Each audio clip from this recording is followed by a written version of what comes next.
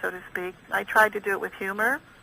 I Okay. think that's why I'm alive, Right. because one of my good friends, Tom Kelly, who was a physicist and into ufology very deeply, they killed him a couple of years ago. And I'm always trying to maintain a little bit of humor, Yes. with it. But, and they've admitted that to me. They haven't, they like my humor, so they don't kill me. Okay. Really? So do you have like an alien joke, a joke you'd tell an alien? Say two aliens were at a bar. I mean, do you have anything like that? Well, my website has a lot of jokes. Really? Let's put it like that. But no, I don't have an alien joke on the bar. But, I think I got one. the best thing I can say is, also, another thing is on my website, if you want to go to see some of the great histories or dimensional shifts, I have comparative photos. This is a good example of our universities, okay? Yeah. I went to Mills and graduated from there, and several other colleges, and then I went to ASU in the sciences. And when I was there, I did a lot in the geography and the geology departments. And Yes. I was taking dimensional shift photos in the Superstition Mountains outside of Phoenix. And I was literally going broke because some of the photos I would enlarge cost me hundreds of dollars. And to just see what was there. One photo I have is thousands of years in the future. Okay? Really? And I had done a lot of research and brought to ASU, Arizona State University, geography department, things that they could not get from the Indians because I was involved with the Indians. I could get them photos and movies of things that they couldn't get. And so I went back to one of the teachers who was, I thought, a friend, and I said, I need to take again this class so I can use your photography studio. Would you please allow me to, because I'm going broke? And he shook my hand. He said, "Oh, Barbara, how are you doing? Glad to see you. Whatever you want to take. Tell me what you want to take." Well, I showed him the two photos. One of the superstitions with the owl and the bear, and large statues, and then one without the owl, that just the bear was left, and this was in the future, thousands of years in the future. And I said, "Listen, this is what I need to do, and I'm doing research on it." And he looked at me, and he said, "Barbara, if I let you do this, I would have to kill you." And I pleaded with him, "Can't I take this class because I really need to use the equipment?" And he said, "No." I couldn't talk him into it. Are you there? Yeah, I'm just listening. Yeah, so in the superstitions, there's what they did, basically, there were humans here at one time, and they did a lot of great art to show the Indians. The Indians know about the art, but what the reptiles did is cut off the heads of a lot of these great statues. So you'll see that the 100-foot statue and the head will be on the ground, or the head will be turned over. So it doesn't, and of course some of the erosion. So you can go to my website and, as an example, see Ishtar riding a Garuda bird, one of the birds from the Harappa Empire in India. And her head is on the ground. So what I did is I cut it out and then stuck it back up there so you could really see what she looked like, riding one of the great birds. And this is on your website? Happened to be alive at that time. Yeah. And the Garuda bird also stood for the spaceships that they did have, the Anunnaki. Really? And Ishtar was a snake lady. Have you? Okay. Yeah. So there's a lot there in the superstitions, including, as an example, one wall of crystalline rock, which is mostly quartz crystals, has a huge Draco about to cut off the head of a man in a sleeping bag. And he has his weapon. And this statue, I mean, it's not a statue, it's a carving in the rock, 200 feet high. And this was a message to the humans and to the Indians there, or to anybody who walks through there: stay away, get away. If you're going to go through the superstitions, then go through with a group of people or a lot of guns, because a lot of people have died in there.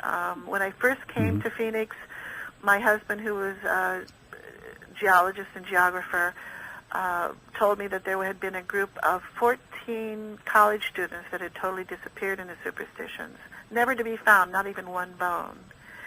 And then I met, because of my research, I met a man who had actually worked in there, and he was given a presidential citation after the Vietnam War.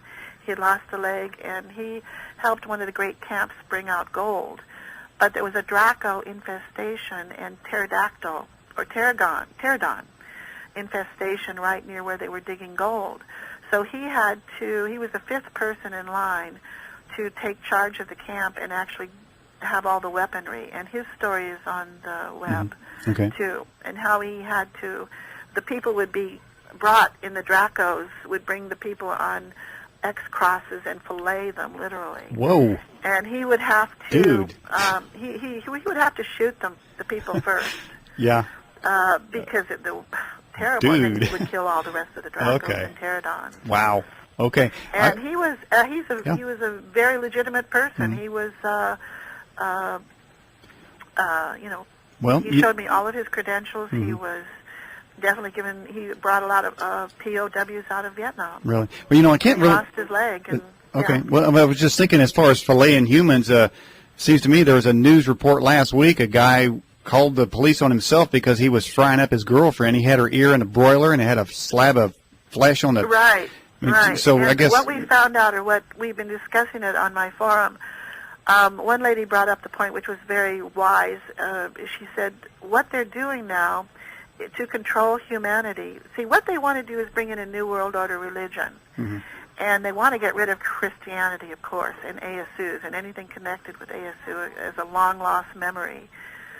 So what they're doing is a lot of the people that are doing these crazy things that are being controlled are supposedly taking the Bible literally, like I saw off my left hand because it is sinful, okay? And they're literally sawing off their left hand. Throwing it in the broiler. And then putting it in the microwave. Oh, my goodness. And they're doing biblical scripture so that people will say, oh, these Christians are nuts.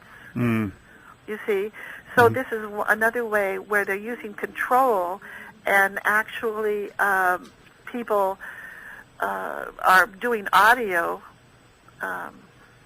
They have the technology to literally talk to them into their, they can sit out in front of your house, and you can hear, they can monitor you and put any kind of thought into your mind. Okay. They used to try to do it with me, and I told them to, politely go to, H. Yeah, you tell them get your. I just, What so they learned really quickly. I was listen to their garbage. I mean, couldn't you say this? Get your alien asses out of here. Wouldn't that do it? Exactly. And if you, and they do. Okay. They do. The best thing to go that I found in my life to go against them is sound. Okay. And the more that you are a certain level being, you can use sound against them. It blows them away, literally. Really? Okay. We have a few more questions I want to get to here. This comes in on the Fast Blast. Barbara, how many other species, say like the tall grays and the insectoids, do they get along with the reptiles? From what I've learned so far, the insects, absolutely. I have a page on that, too. Really? Which is, I used to hide calling on a call card, by the way. Okay. Anyway, I have the Hetchechi, and there's an insect man with a woman thrown over his shoulder and a Draco, and another in the lion man. They're 12 feet tall, and they work together, absolutely. In fact, I think some of the insectoid societies are really the big negative societies of communistic control over the reptiles. Okay. Yeah, and we got a few more questions here, so just be prepared. You may have to call me back because I'm gonna lose out. Okay. I was on a calling card, and I think it's run out. So can you call me back, Daniel? We can give it a go. That'll work? Okay. Yeah. Bye for a moment.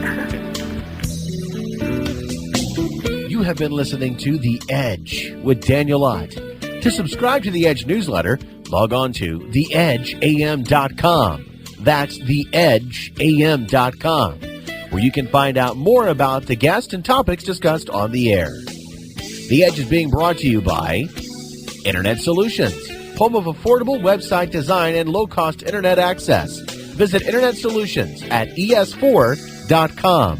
That's ES4.com. Until next week, for the Edge Radio broadcast, I'm Chris Moore. See you on the Edge.